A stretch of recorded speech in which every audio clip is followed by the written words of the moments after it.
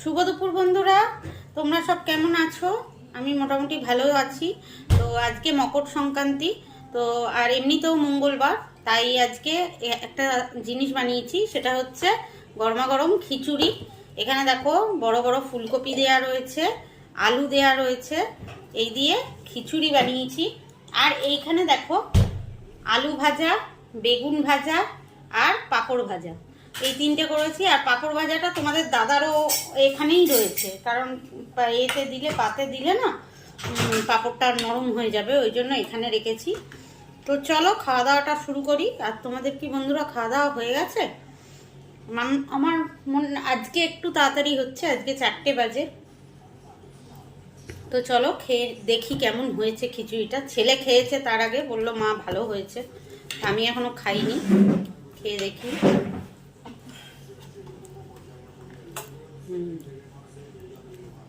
ভালোই হয়েছে। আর গরম শীতকালে এই ফুলকপি কড়াইশুঁটিও দেওয়া আছে, এই দিয়ে খেতে দারুণই লাগে। একটু আলু ভাজা নিই।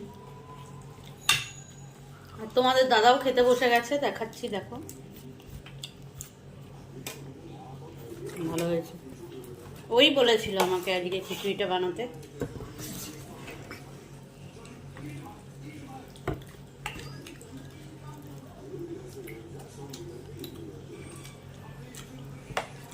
সুন্দর হয়েছে।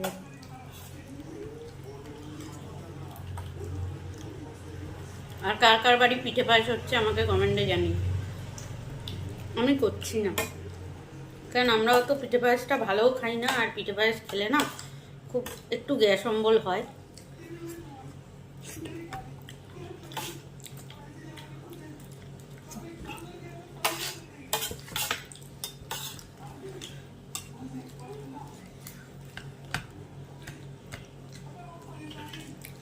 পাঁপড় নাও।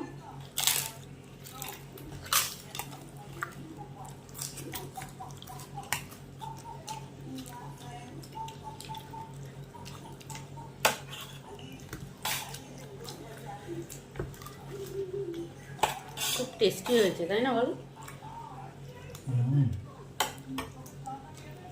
শীতকালে মাঝে মাঝে এই খিচুড়ি খেতেও খুব ভালো লাগে।